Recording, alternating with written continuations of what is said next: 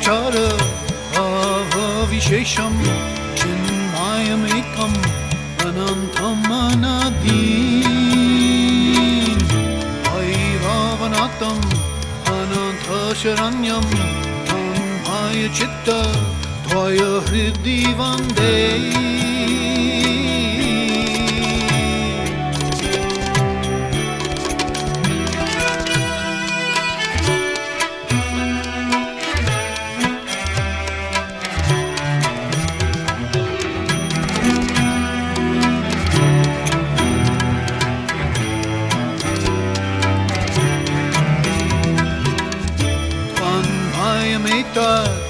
Shesham idanim Vati mama tvadanukgraha sabja Tam chamahesha Sadaiva mamatma Om Sahana Vavatu Sahana Bhunaktu Sahaviryam Karvo Vahai Tejasvi Navaditamastu Ma Vidvishwamahai. Om Shanti Shanti Shanti. May Brahman, the reality, protect us. May Brahman sustain us. May Brahman illumine our thinking process. May we not find fault with each other, with the world, or with the teachings. And may what we study be a source of inspiration to us eternally. Om Peace, Peace, Peace. May peace be unto us, may peace be unto all. Om Hari Om. In the remaining 1 hour approximately, we'll continue making our way through the non-touch yoga as a great darshana. A darshana means a clear way of seeing, like Vedanta, Buddhism, yoga. As a great darshana would see the non-touch yoga. As I said before, it's really, I think, quite a mistake to say, I'm already perfect, so I don't need to practice, which is sort of, in my way of thinking, a sort of pseudo-advaita. It's not really the real platform of non-duality and what Gaudapada meant by non-touch yoga. It's that more like a phrase that we coined early on. In fact, it was in our very first newsletter. It was called Advaita Vedanta Sadhana. And we took that to India, and some of the Swamis saw it and said, that's a beautiful phrase, Advaita Vedanta Sadhana.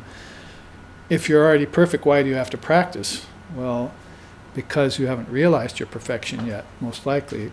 And that's going to be a matter of you assessing your own life and seeing if you stumble, or if you fall, or if you back off, or if you're not so cocksure of yourself at some point in the future. Because I've seen many people, great meditators in the beginning, then fall away from meditation, and great students, and fall away from the scriptures. It seems like this inability to take something up, make it our own, and live in it is a difficulty here. Vivekananda, when he saw the Americans in 1893 and got to know them a little bit, he used the phrase, straw on fire, for us.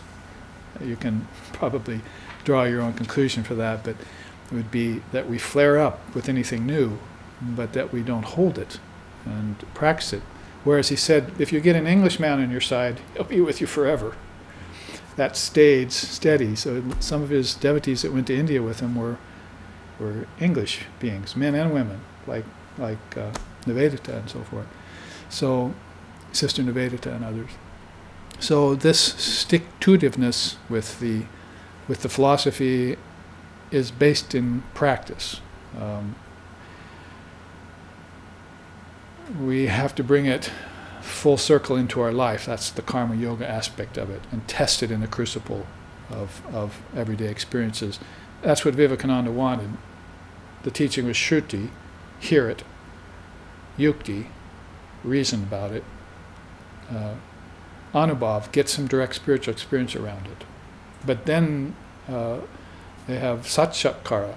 That means to bring it back into life. So he said that's the part that you don't hear in the Triputi. There's a fourth part of that particular teaching. He said you can't leave the Vedanta in books and temples. It won't. That's not coming full circle. You have to bring it into life. because there you'll test it, and there you'll become an exemplar of it, hopefully.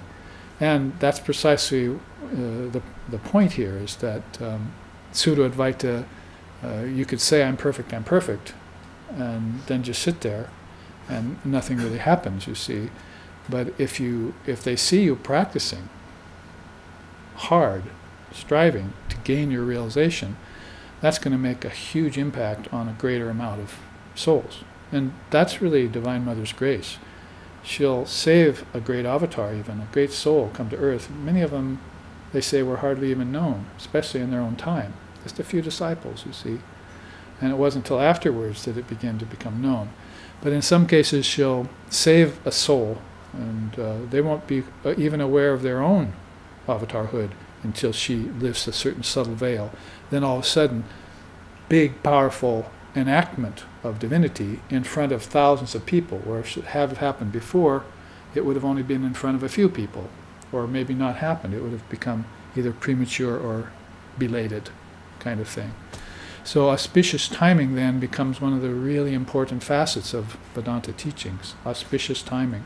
Sarva Mangala Mangalye Shive Sarva Dashadake. I could sing it for you. It's the auspiciousness of the most auspicious. The one who knows the perfect right timing for that, Mother herself. So, Devi Padam, we take refuge at the wisdom feet of the Divine Mother of the Universe and put everything in her hands. In fact, a beautiful song about that, since it's come up, goes Shakale Tomaricha Icha Mai Karatumi Tomar Karma Tumi Karma Loke Bale Kare Hame Panke Bada Kara Kari Pangure Langao Giri Kare Doma Brahma Pada Kare Kara Adogami Ami Jantra Tumi Jantri Ami Gar Tumi Garami Ami Rata Tumi Rati Jemni Chalo Temni Chori Shakale Tomaricha. Icha means will. It's a divine will. So this song, one of Sri Ramakrishna's favorite songs, says, "Oh Mother, you, everything happens by thy own sweet will, in your own sweet timing. You are the self-will one and the mother of all living beings. All work belongs to you, others only call it their own. You trap the powerful elephant in the mire, but cause the lame man to scale the highest mountain. On some you bestow the highest blessings, other you hurl into the world of suffering. I am the chariot, you are the charioteer. I am the house, you are the indweller.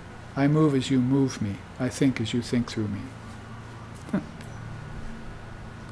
So it's all about non-agency. Again, non-touch, isn't it? You give up the sense of agency. I don't do my actions. Mother is working through me. And that can't be pretended. So in the same way, this Advaita Vedanta cannot be pretended. You must do that sadhana, that special Advaita Vedanta sadhana, which is internal. It's not like, say, Hatha Yoga or breathing exercises and all of that.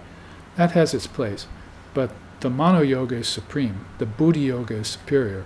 These are yogas of the mind we're at. Because if we can purify the mind, then everything on down will be pure. But we're starting down here and trying to purify senses and objects and work through some of these kleshas, you see, that we were just looking at, and trying to get to the mind that way. We, as we were talking about at the break, we need to come back here and be reborn with a pure mind. Pure mind is God, Sri Ramakrishna said. Pure mind is Buddha mind, Lord Buddha said. Now, they both concur on that, see. some 2,000 years apart. So that beautiful song then was, Sri Ramakrishna heard that, he would like, go into ecstasy and start having tears. Yes, that's Divine Mother, the supreme will. All work belongs to her, but others only call it their own. So part of what you're letting go of then is agency of your work, ownership around objects, and letting go of this subtle line of demarcation between creature and creator, matter and spirit, God and mankind.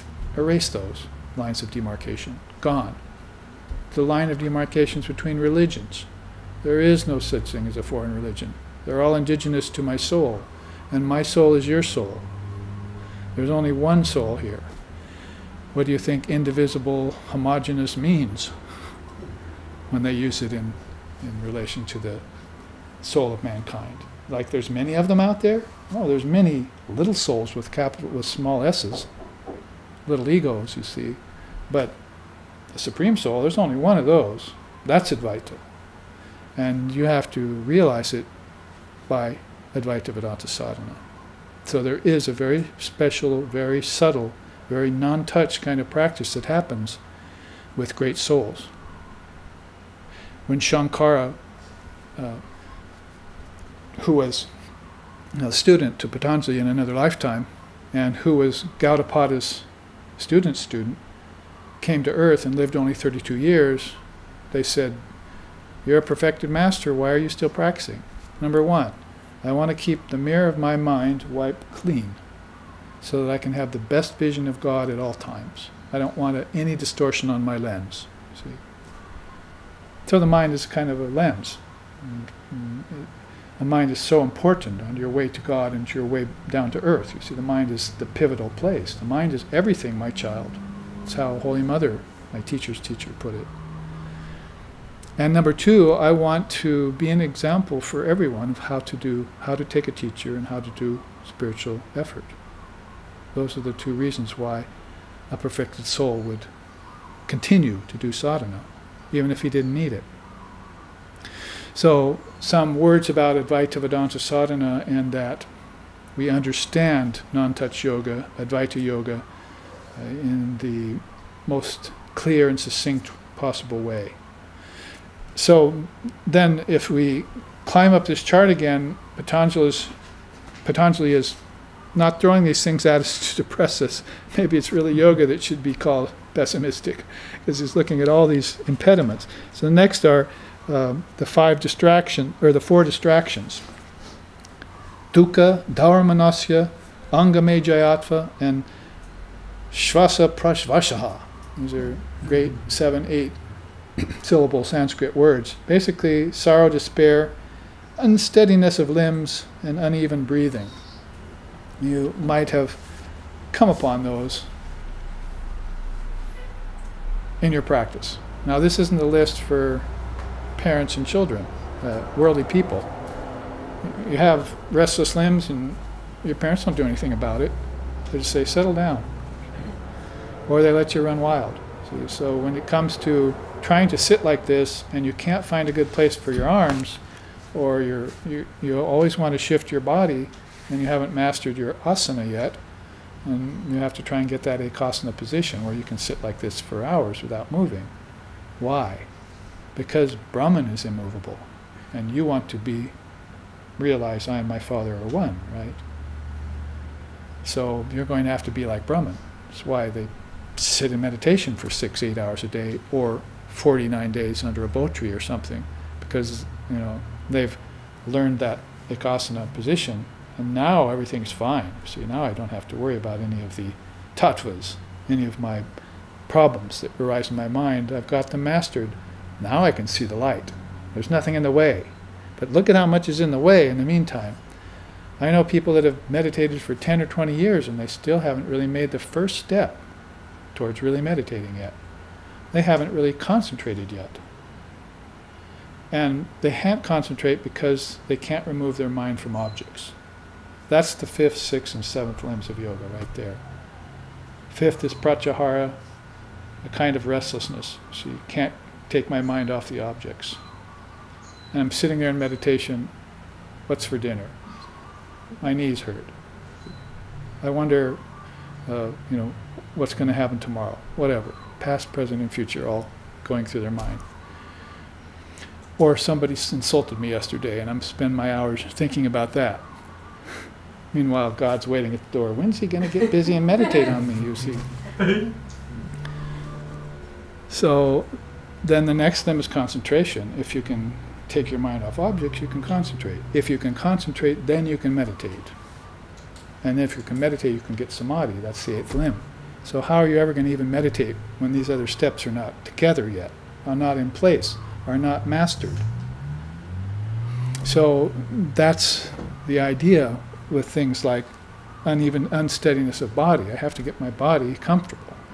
I have to be able to master a position and stay in it. One would be nice. If you're doing a lot of asanas in order to make your body flexible and get longevity or something, then you're just pretty much getting asana vasana, I call it. Vasana means desire, asana means a position. You're getting a desire for more positions. But the great souls have said, ekasana, one is what you need, this one. When you spread the legs like this, it opens the spine. Point of fact, physically and metaphysically and spiritually, the kundalini is already beginning to come up your spine if you can sit like the Indians used to. I'm not talking about the Eastern Indians, I'm talking about the American Indians. There's something about this tripod position that is perfectly suitable for spiritual life. The yogis have adopted it, you see. So if you're a chair sitter, like most of the Westerners are, then make sure that you sit with your spine straight so that energy can come up. See, it's not like this is your only option, but this is asana, this is ekasana, your one position that you want to adopt. And therefore that kundalini, that special energy, can begin to rise up the spine. There's less impediment. And you want to attract her, you see. You want to attract her to come up the spine. Not with cheap bribes. But with philosophical study, for instance. She likes that. She's the mother of wisdom. What do you think's going to attract her? Wisdom. She wants to see you get it. Oh, there's a soul that's awakening. He's gotten rid of his fear of death, you see, and so forth. He's willing to give his ego away. That's what most people experience as death. They think, my ego dies, I'm dead, because they think they are their ego. Your individual self, ahamkara. But what if you know that you're the Atman and you're birthless and deathless? What's the ego to you? Just ripen it and let it go, so that it doesn't get in the way. Otherwise it'll insinuate itself on everything you do. You might have noticed in egotistical people.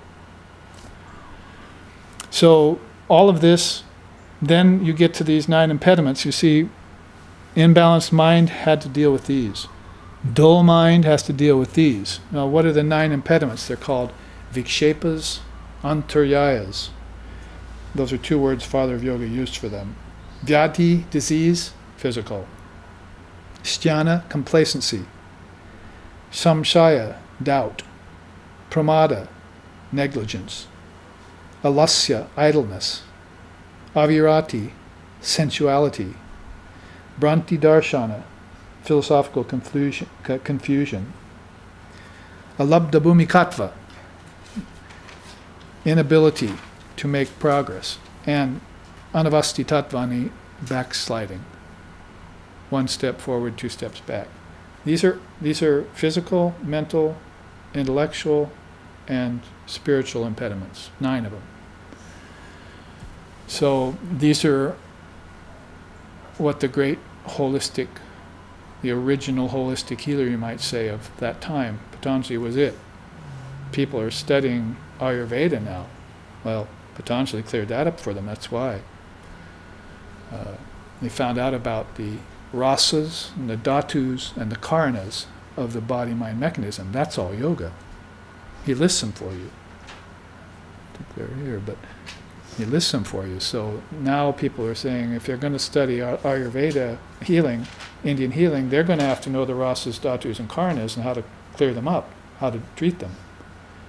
So Patanjali was interested in holism, not just, oh, let's exercise and eat good food and do lots of asanas. That's just the physical part. Holism means now my mind and my intellect and my soul, my spirit has to be educated. And actually, if I had have come here into the body with that education, I would not have to be worrying about eating right, getting into asana and so forth. Of all the illumined souls that I met, the few that I thought were really illumined, they did not have any hatha yoga practice going on. They didn't need it. They came here perfected, you see. And so it's a matter of trying to help you fry your fish, you see. Get you into yoga, because yoga is already their true nature, you see. So they're coming out from perfect nature and manifesting body-mind mechanism for you, called yagya, sacrifice. Why else would they come here? You would have to get a little taste of the ocean of nectar, amrit, or higher wisdom or higher consciousness, to know how that makes the earth pale in comparison. Why they're so enamored of divine reality and so able to give things up, non-touch yoga, detach from things. It's not even a problem for them anymore. It's not like, oh, it's so hard to detach from this dented tin cup, you see, or from that pack of cigarettes, or from that TV, so I can't give those up. See, these are weak souls. For these illumined souls, they don't want those things. They just don't want them. They weren't attracted to them in the first place. So they stand as great exemplars for how to be free, how to be bold, how to be fearless. Otherwise, we wouldn't sing songs like that, would we?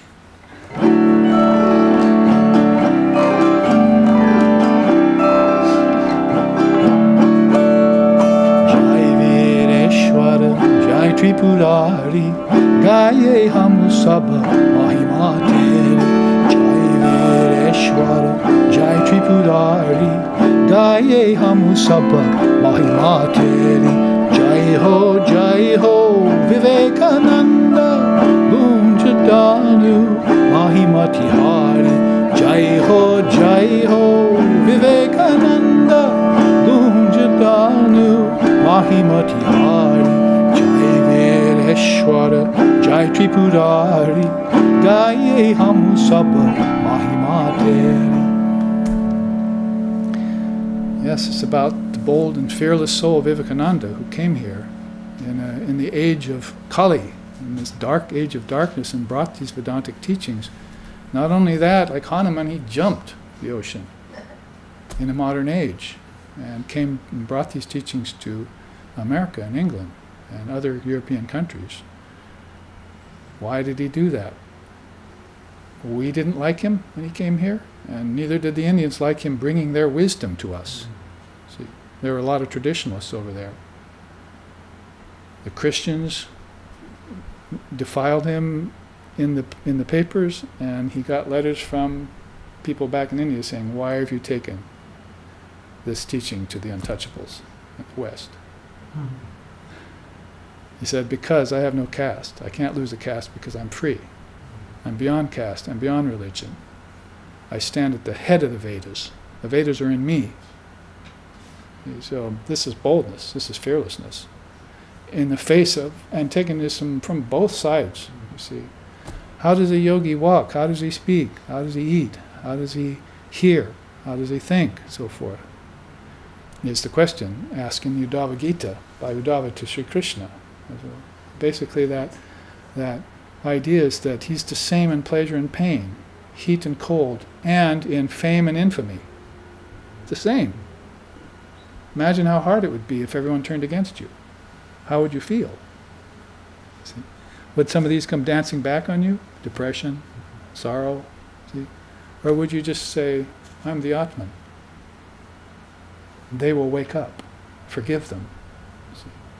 Like as if you were on the cross. "Oh Lord, forgive them." See? They just didn't understand me.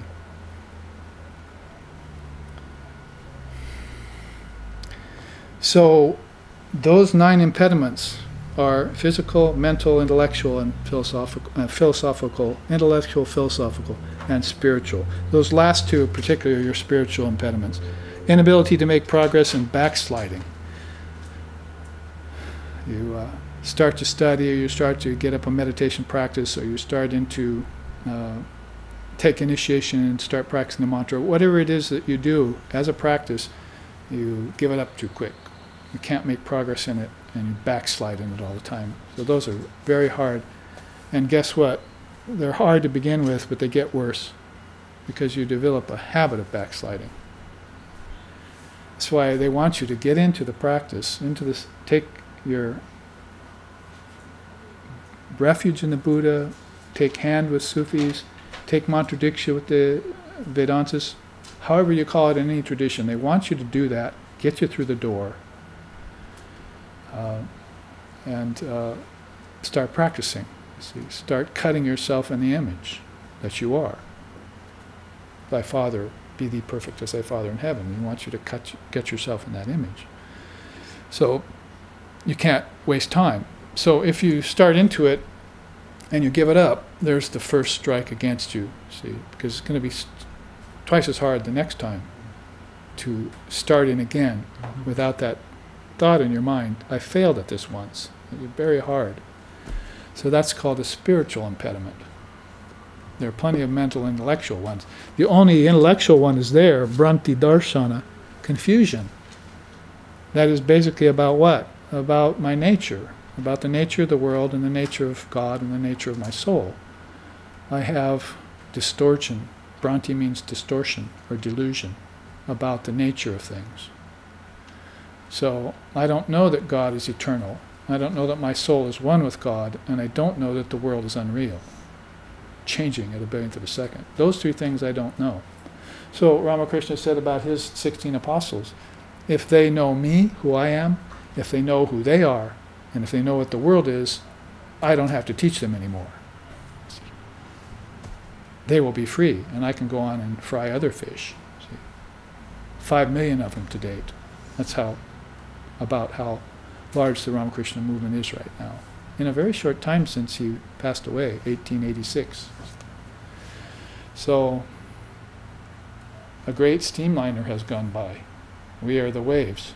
See, Vedantas are the waves. We are singing songs about Vivekananda, and he's only been gone since 1902, I think. So all of this possible because they took the sacrifice to come here. We're here together only for that reason. Otherwise, where would we be? In which Sangha? Or would we be in a Sangha at all? Probably be a Sangha. Dull mind ends right about there. And restless mind, that is sometimes focused, sometimes restless, picks it up there. In accordance with non-touch yoga, which you're heading for, you'll see that. So here, with restless mind, you apply the limbs that I was just speaking of. Pratyahara, you want to get your mind empty, blank, no thinking aloud, no vibration in my mind. I want to make it clear and clean, a perfect eye into the Dharma.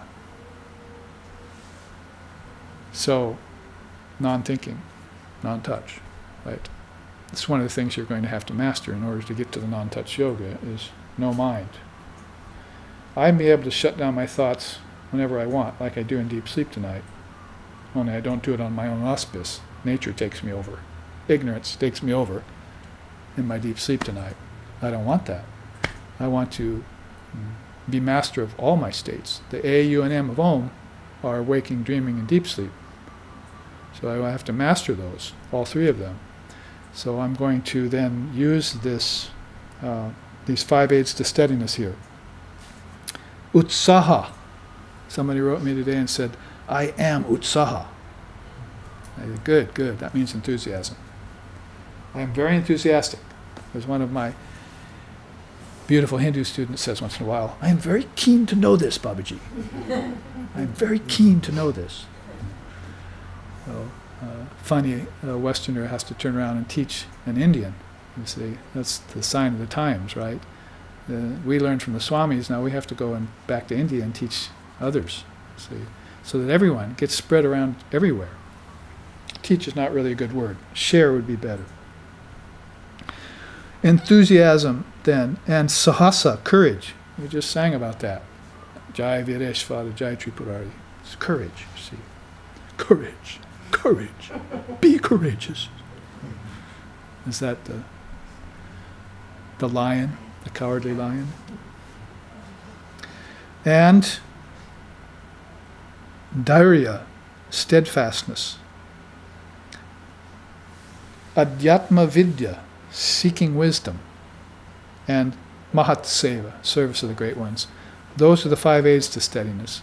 That is, you begin to become an apostle of Christ, or a direct disciple of Ramakrishna, or take on a great teacher, or a great ideal, and you begin to serve them. We had a question this morning at Satsang live streaming just about that very thing, becoming an exemplar and a helper for your teachers.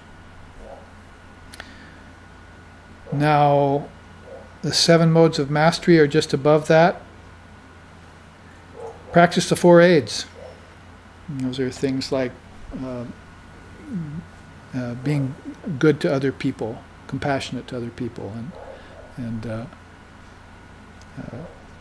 I think Krishna puts it in the Gita something like, have empathy for the suffering, have happiness for those who are joyful, have reverence for those who are illumined, and have indifference for the evil.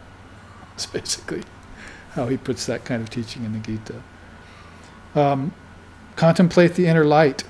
Now, these 7 modes of mastery are very beautiful for the mind that's beginning to leave restlessness behind. Meditate on the inner light, anyone can do that. It's sort of like saying meditate on Om. Now, there are many people who have not taken initiation, have never studied a Hindu scripture, but they know the word Om. And there's a benefit to that. They haven't received a mantra yet from an illumined soul and begin to practice it or got instructions about it, yet they can sit there and chant Om and it calms them. See? It gets their mind less restless. See? Vikshepa, rajas.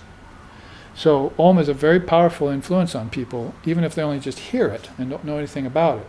They don't know that it means you're waking, dreaming, and deep sleep. It means your gross, subtle, and causal body. They haven't made all the connections to Om. Like probably the same way John first heard it from Christ and really had to make those connections again. It's not like we don't know these things or have never known them. It's like we've forgotten them. They're all back inside of us. This proves it. So all we have to do is bring them forward. If you hear a teacher speak about them and you have a knee-jerk reaction, as they say, a mental knee-jerk reaction, then all of a sudden you're remembering your past lifetimes. You're remembering getting teachings like this. And you're probably also remembering or kicking yourself for saying, why did I ever forget teachings like this? I get them, you see, but I don't want to forget them. So it made me think of that when I said contemplating the inner light. See, an ocean of sorrowless light. I said that once to one of my students. One of the methods for mastering awareness, is contemplating the ocean of sorrowless light. Who said that? Patanjali, the father of yoga, said it. Wow, that's beautiful. And that was their meditation from then on. They meditated on the ocean of sorrowless light. Now, something about the absence of sorrow really got to that person. See, oh, there's something without sorrow? And joy is not without sorrow, by the way. Pleasure is not without pain. You might have noticed if you've lived long enough. So you have to forbear. Forbearance is the default zone of the wise and of the illumined soul. It would be a very beautiful statement. So you have to fall back, even the great souls have to fall back on forbearance.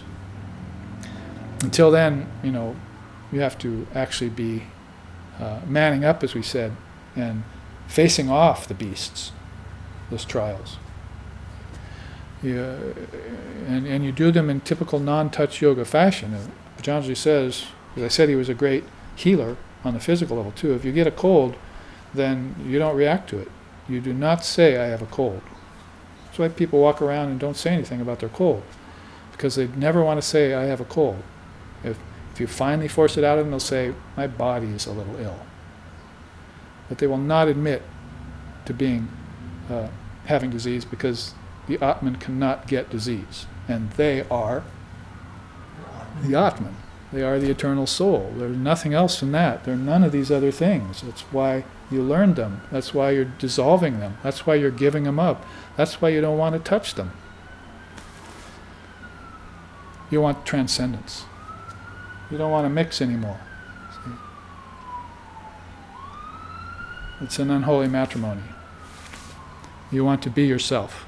And once you are yourself, then you can attach and detach at will. That's what my teacher used to say. Because you're free of dangers.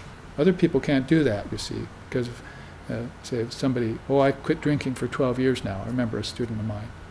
But then one night went to a party, you've heard the story, took one drink, that was it. Back on. Is it on the wagon or off the wagon? I don't even know what it's called. See? Mm-hmm. And they were caught from then on. And I didn't see them again in class anymore. So, those are some scars in your mind. Very deep-rooted desires that if you haven't gotten rid of them by the light of spiritual practice, they will surface again, if not in this lifetime, another. It all depends on whether you still have desire for that thing, or if you really do not have desire for it anymore. You have to be very frank with yourself about that. If in the case of alcohol, you catch a whiff of it and you go, ooh, and you know you don't have a desire for it anymore. Or cigarette smoke. You see, some of the things that, again, people have a hard time giving up. And they should have never started in the first place. So these things that you have to let go of at the non-touch level, very basic, but they get more and more subtle, you'll see as they go forward. So contemplating the inner light is a very beautiful method for mastery. Breath control is another. I would say it's only effective if you can connect the breath, your in-breath, your held breath, and your out-breath to the word. Again, A is your in-breath, U is your held breath, M is your out-breath. The word is everything. Read the first 12 slokas of the Mandukya Upanishad. Actually, there are only 12 slokas in it. It's all about Om. So every Triputi can be connected back to A, U, and M. Sometimes they spell that O-M. Don't get confused. It's just philosophically more correct, A-U-M. I even spelled it that way for space here. I think I put it here for space. So A-U-M is that philosophically correct way of putting it, and it goes with all those Triputis that you need to study about yourself. So in this case, in-breath, held breath, and out-breath, if you connect it with that, then you know where the prana is going. It's not just a matter of watching your breath. That's an early exercise. Get over it. Watch your breath in order for you to settle down, right? Because you have a restless mind or a dull mind. But then philosophically connect prana. You want to tame that Garuda bird. That's a big dragon. People are talking about taming the dragons, right? Well, we've got a dragon for you to tame. It's called the inner dragon of your own life force. And it carries souls in and out the body, sometimes out of this center, sometimes out of lower centers, but for the devotees out of higher centers, and for the luminaries out of higher centers. For the past masters out of the highest center. That prana is working in and out through hundreds and thousands of little passageways called nadis. Your human body has hundreds and thousands of gross passageways, right? And this earth out here has hundreds and thousands of rivers and creeks and canyons and rivers. Don't you see the connection? It's all channels. The whole thing is about channels and containers. If you do a puja, you have a container for this, a container for that, a container for that. You look at the picture, it's contained in a frame. The whole thing is about holding consciousness. But you're not seeing it yet. So you do the worship, and that teaches you that. I'm circling the incense around a container for consciousness. I'm pouring water from a container. See, you have to school yourself all over in the basics. Only in the basics not of worldly knowledge, but in the basics of spiritual knowledge. Paravid, higher wisdom. So this is all very key to this kind of practice. Breath control would be one of those great steps in which you can connect the dots. It will connect you to the flow of prana, and you're going to value that very much when it comes time to take your last breath. You will have mastered the prana by then, you know where to go, and you know what's waiting for you. This is called a conscious death, and you can't have a conscious life until you've had a conscious death. A conscious death means dying to all of this, not touching it anymore. It's called, and here's that forbidden word no one likes here, renunciation. I mean, detachment, it can get a little closer to that one with the Westerners. Yeah, I think I can detach, that might be good. Renunciation. Oh no, I'm not having any of that. Get thee behind me, you know. They should be getting all unreal things behind, but the one thing that's really real and valuable is renunciation. Give it up. That's why you're bound, and this whole bliss is waiting for you. And as soon as you give it up, you feel it. Gee, that feels better. I'm not dull anymore. I'm not restless anymore. I'm not even sometimes dull and sometimes restless anymore. I'm beginning to feel balanced, ekagra. I'm beginning to feel of one mind. You're not going to realize that one spirit until you feel of one mind. So breath control is a big one, and you know, this is turning into a class on yoga. I'm sorry, because yoga is such a powerful darshana. It's the darshana of practice. Vedanta is just the darshana of here's the truth, deal with it. I'll give you the skinny, the dope, you know, and now you have to go somewhere and realize the non-duality of it all. But yoga will take you the whole way as far as the actual nuts and bolts of the practice, the dynamics. And so we give retreats on it. But this is a sort of hearkening back to that retreat where we took 10 of these charts and went through them in 3 days. You probably remember that. And I'm using it this time next to the dissolving the mind stream chart because that's so much connected to that non-touch yoga that you need to understand. We don't understand the seers that have the non-touch yoga, and we don't understand the non-touch yoga itself. When they come amongst us, well, Ramakrishna put it nice. It takes a jeweler to know the value of a diamond. If you take a diamond to an eggplant seller, he's going to give you 5 or 10 pounds of eggplants. If you take it to a weaver, he's going to give you a bunch of yarn. Yeah, I'll take that. But take it to a jeweler and you're rich all of a sudden, you see. So in that way, we have to become jewelers. We have to realize the import of not only the souls and seers, the saviors that come to us, but we have to also realize what they teach and how valuable it is. Then we're jewelers. And then we can apply it. So that's what yoga is very good at doing. Yoga chitta vritti nirodha, you're going to have to first get your mind calmed down. See? Not dull calmed down. And certainly not restless. But get it balanced. Because from a pure mind, from a balanced mind at least, pure mind is later, but from a balanced mind, the whole world turns balanced. You might have noticed. When I'm in a good mood, the world is my oyster. If I'm not in a good mood, the world's a horrible place. It's all back to the mind again, isn't it? How I feel, how my mind, what shape my mind is in. In any given day, yes, 24-hour period, but watch your 2-month periods or your 12-month periods, see, your 12-year periods. If you can have that kind of detachment and witness those, you'll see the gunas working, you'll see what Buddha saw under the Bo tree, and you'll know why he wanted to get off the cycle and how he managed it and how he came back and told you there is suffering, there's a cause for suffering, there's a way out of suffering, and I'll give you 8 ways in which to get out of suffering. The 4 Noble Truths, they're called. See? That's all India. Buddha was not a Japanese or Chinese man. In fact, Buddha as an Indian and his predecessors, all his Sangha, see, his inner Sangha, went to Japan and China and Tibet and Burma and Ceylon and Laos and Thailand. That was all India spreading. And it didn't spread by lifting a sword, crusade style. It spread without lifting a finger. It spread through ahimsa, nonviolence. The most marvelous spread in any religion in the whole history of our world was Buddhism. We cannot find an equivalent like that.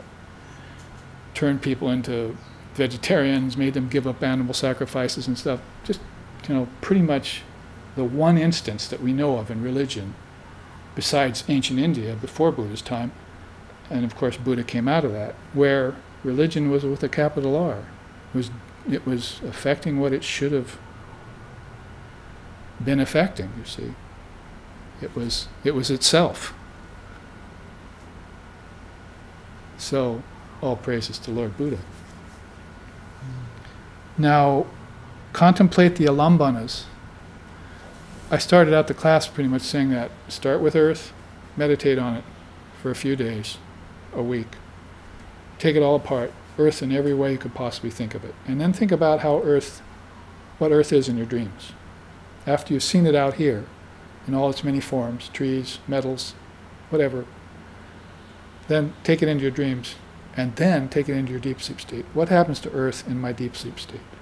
This is the dynamics of concentrating on an alambana. And then you have to do it with water, and then you have to do it with fire, and then you have to do it with air and ether. And now you're the knower of the 5 elements. Congratulations. You're a knower of the 5 elements, not just a user or an enjoyer, see, or scared to death of them. When's the next tidal wave happening? When's the next earthquake? The next earthquake is you quaking in the corner of your own house, you see, because you're waiting for the next newspaper headline, for the next catastrophe, for the next unreal phenomena that you should be the witness of, but your TV is acting for you. Why did you give way to fear when you're birthless and deathless? Isn't that clinging to life? Fear of death, isn't that the lowest hell you can fall into? And you've fallen into it when the thing hasn't even happened yet. It's irrational. It's ignoble for the soul, who's perfect and pure, to fall into that kind of thinking. And thinking is what gives it its start. You might have heard, thought is father to the deed. Some great soul, you see, has a big, huge, a great means powerful in this case, has a huge vendetta against humanity. He goes into his subtle state. Don't you think he's going to think, how can I visit wrath upon them? And don't you think that's an effect of a thought later on in another lifetime, when hundreds and thousands of people die in a tidal wave? Good things happen by good thinkers, and bad things happen by bad thinkers, and mixed things happen by mixed thinkers. It all comes from thought. If you want to put it this way, intelligence. But is your intelligence mean? Is your intelligence mixed, or is your intelligence enlightened? That's what I'd like to know. Because enlightened intelligence is the most marvelous thing in existence. Most marvelous thing. If you were to go close to the Word, you would see a light coming off it. That light is intelligence, pure, unadulterated. You get close to that, it's like getting close to a sun. There's no darkness. So no ignorance around the Word. It's all intelligence, pure intelligence, with a capital I. Great name for God, Sat Chit Ananda. Let's look at the Chit part of that, you see. Let's look at the Sat part of that. Let's look at the Ananda part of that. Well, the Chit part of it is intelligence, your thoughts. And so that's one of the main 3 aspects of a Triputi that they named God after, or that got named after God. So intelligence is very important. So contemplate the alambanas, all 5 of them. Then these are alambanas next. Connect your senses with them. Then these are alambanas, the properties of the senses, the subtle senses out of which the gross senses came, the subtle elements out of which the gross elements came. And then the prana, the fourfold mind, the cosmic mind, those are all things to meditate on. Sometimes they might say, just meditate on non-dual reality, or just meditate on Om. Fine. But the dissolving the mind stream meditation wants you to solve everything, wants you to know that everything has come out of your mind, settle that mind, then meditate on divine reality. and then you won't have mixed results.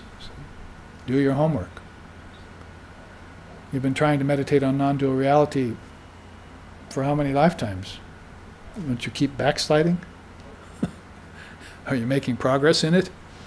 Maybe it's because you should have considered all of these steps in between.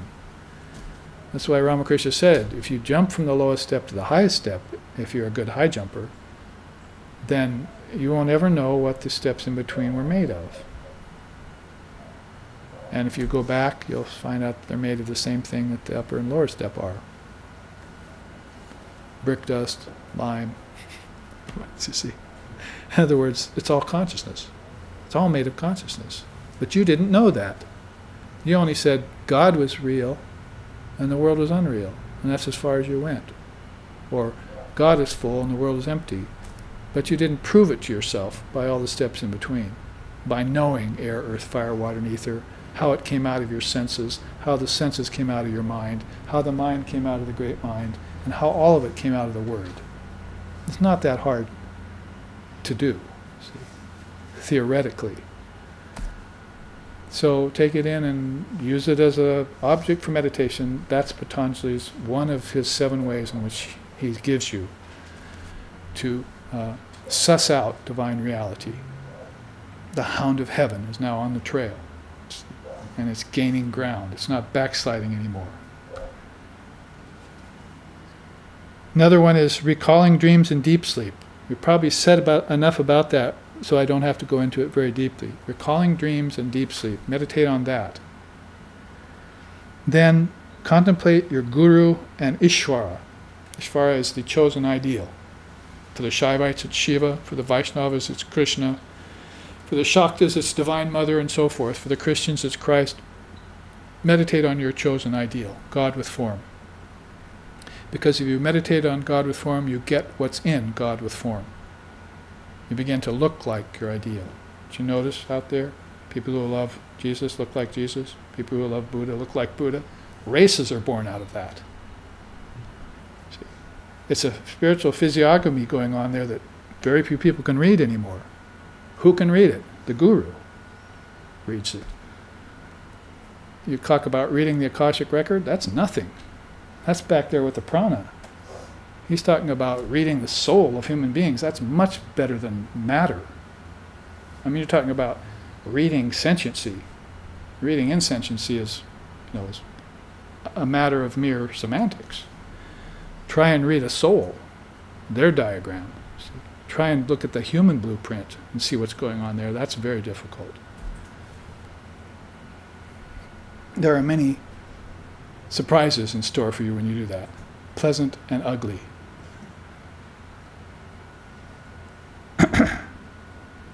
And finally, meditate on the spiritual ideal, or on a spiritual ideal.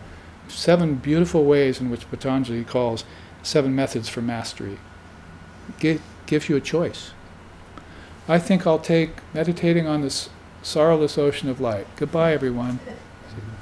Gone. See? Well, I think I'll take a more slow route. I'll take each alambana and flesh them out. Find out where they connect. See? So, no slouch here as a thinker on any level. Lord Patanjali, we salute him. Now that takes us up to about 15 minutes left in our class, if you're still with us. This is a lot of wordage and a lot of teachings. We like to inundate the mind with it. We practice the inundation method in Vedanta, not the sieve method. See, we don't trickle down a little bit and say, digest that, come back, trickle down a little bit. We deluge it. That's a quick way, you see. All ignorance will drown. What did you do to me? See? And it's a sponge method. So you take your brain home afterwards and you squeeze it out. You see, and that night you take what's there. But in the meantime, the deluge method has gotten rid of all these doubts and fears and all these unhappy things that we just looked at. Where did they go? I don't know. I don't feel illumined yet, but I'm sure relieved. So, I think I'll go back for more. So, you've reached ekagra, one-pointed mind. And there are 4 levels of yogic mastery here. Now is where, oh boy, you know, here's where we get to the essence of the thing, or get closer to it. There is, from bottom to top, you start getting inner vision. Pratama kalpika. And there are 2 words that come up here, sankalpa and vikalpa. Kalpika means imaginings in time. So you can see that the Indian seers looked at this and said, you know, all of this is a, we agree now, all of us in India, all these darshanas, all of this is a projection of mind. We are the mind-only schools. So now we have to look at the dynamics of the mind. It's fantasizing, it's projecting, it's pretending, it's dreaming. There's a whole host of things which the mind is doing that aren't yogic, because it's producing things that are unproduced in their origin. You cannot produce something without taking it away from its essence, right? Because if you say, I'm going to produce that, or I'm going to create that, it means that it was unproduced and uncreate before you did that. So its true nature must be a create or unproduced. So you're pulling it out of the hat from somewhere. It convinces you, number one, that nothing doesn't exist. So let's put the void and nihilism away. Nothing doesn't exist. I know a physicist friend of mine that has a t-shirt that says that on it. Nothing doesn't exist. There's always something out there. It's just so subtle you can't see it. Like the kingdoms of heaven within you. See? So that's the first thing you think about in that kind of a... And the second thing you think about is, oh, everything is non-produced? Where am I pulling it from? So the mind is projecting things. It's pulling things out of somewhere, and it's making unreal things look real via the projection process. Do the pictures on a screen from a projector up there, are they real? Did a bomb explode in the movie and did it rip the screen at all? Did people cry tears of pathos and it wet the screen afterwards? You went up there and checked out the screen?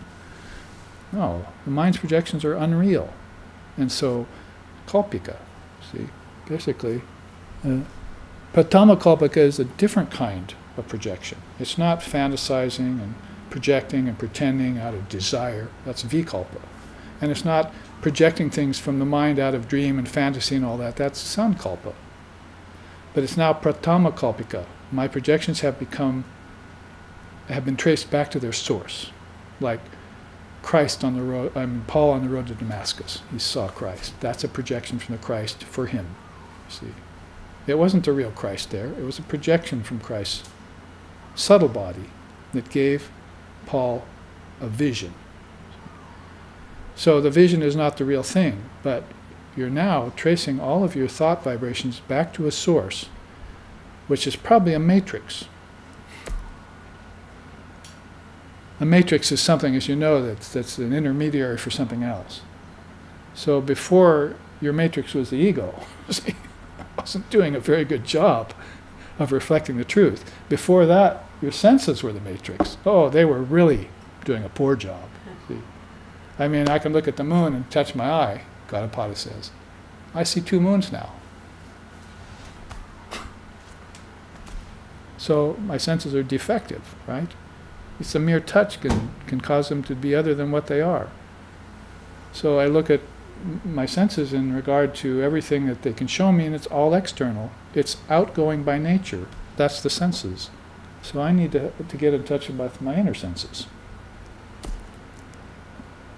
Seeing in a dream, hearing in a dream, tasting in a dream, touching in a dream. So basically I can stop touching in any kind of dream. Non-touch. Can't touch this. See? So this inner vision that's coming to me now is a matrix of a higher nature. It has more intelligence in it, and that's the next one. Ritambara pragya. Rita, lovely Rita, see, we call her. She's not just a meter maid, but she's the truth. That's the oldest word for truth in any language that we know of. Rita is truth. So Ritambara, it's the truth of wisdom. See? It's truth reflected through wisdom. So this is what yogic mastery begins to consist of. Patanjali takes it and makes it the first samadhi you have. Wisdom samadhi is the first real samadhi you have. You see everything inside of yourself in a flash, and it stuns you. And you go into a jhana samadhi, and you might sit there for days. Just by the vision that everything exists within you. Kingdoms of heaven are within you. Christ in the wilderness. So, that is called Savitarka and Savichara Samadhi. Nirvitarka and Nirvichara Samadhi. Those samadhis are wisdom samadhis. And so you now have entered the land of yoga mastery. See, it's all about wisdom now. Before it was all about matter and senses. And then it became about prana and metaphysics. See, physics first, then metaphysics. But then it started to become about mind and thought and intelligence. And when it turned more towards the intelligence, more inside of itself, Ritambara Pragya. Pragya is a powerful word for wisdom. It's actually one of the great sayings of India. 4 of them is, well, Buddha named it Pragyaparam, the supreme wisdom. But you have Pragyanam Brahma, right? Pragyanam Brahma. God is supreme intelligence. One of the greatest sayings, 4 greatest sayings in India, in the Upanishads. So that's how high an estimation and esteem they give to intelligence, especially when it's pure. Just like pure mind, pure senses, even a pure body. Those are good versions of those things, you see. Same with intelligence. It's going to be very, very eye-opening, if you know what I mean by that. If thine eye be single, you shall know the truth. So there's where you're headed. 3, pragya jyoti. There's that word again. Mastery of the mind. And jyoti means light. So the light of intelligence dawns on you after this wisdom comes to you. And finally, atikranta bhavaniya. Total absorption. You get your first absorption meditation. Shankara said, the hailstone of my mind fell into the ocean of Brahman and dissolved there. That was how he described Nirvikalpa Samadhi. In fact, in another sloka he says that fathomless, boundless ocean of pure conscious awareness, replete with its swell, nectar-like swell of the Atman, true soul, into which my mind fell like a hailstone into an ocean and got completely absorbed there. Atikranta bhavaniya. Total absorption. Can you bring yourself back from that? Can a moth fly out of the flames that went into the bonfire? That absorption is the death of everything. And if you've given up touching it and owning it, prior to that, then you'll have a conscious departure. If not, it's going to be fraught with rebirth. So there are still, even as high as that is, you can see there are still some higher attainments to go, and we don't have time to them, but this will whet your appetite for yoga, Advaita Vedanta sadhana called yoga and its connection, and also will cause you, I hope, to look into the Mandukya Upanishad and the great commentary that influenced East and West alike by Gaudapada, Sparsha Yoga, he calls it. It's the whole commentary that follows the Mandukya Upanishad, superlative, like the idea of non-origination and non-projection and so forth. All these ways that he uses to bring non-duality into comprehension for you. Wonderful, wonderful, wonderful. So here I think we shall close with a chant. Om Bhadram Karnibihi Shrinayama Devaha Bhadram Pasyemya Akshabirya Jatra Sthirairangayish Tushtuvam Stanuvir Vyashema Devahitam Yadayuhu Svastina Indra Vrida Shravaha Svasti naha pushya vishvadevaha. Svasti nastarksho arishtanemihi. Svasti no brihaspatir dadatu. Om Shanti Shanti Shanti. May we see with these eyes what is good and spiritual. May we hear with these ears what is noble and uplifting. And may we, while worshiping the Lord and Mother of the universe, with healthy minds and bodies, live a life which is beneficial to ourselves and to all other beings. Om peace, peace, peace. May peace be unto us, may peace be unto all. Om Hari Om. Pure knowledge, pure devotion, and supreme bliss, these are thy boons upon thy devotees. Whatever limitations my mind still harbors will become as dust beneath thy dancing feet. Avoiding misery, conquering restlessness, and transcending suffering, this mind easily accomplishes the impossible through the constant rain of grace which you shower benignly upon me. Some of thy hosts bathe in the sacred river, give alms and accomplish penances for thy sake. But I only remember daily thy sacred words, which are scripture, that confer peace and immortality. Performing a sincere sacrifice of utter unity with thee, O Bhairavanath, my mind enters supreme ecstasy. Then I dance in knowledge of thy presence dwelling in my own heart. Compassionate Bhairavanath, your humble devotee, Abhinavagupta, offers you this hymn of love. By meditation upon it and constant recitation, all beings will easily emerge from the wilderness of samsara.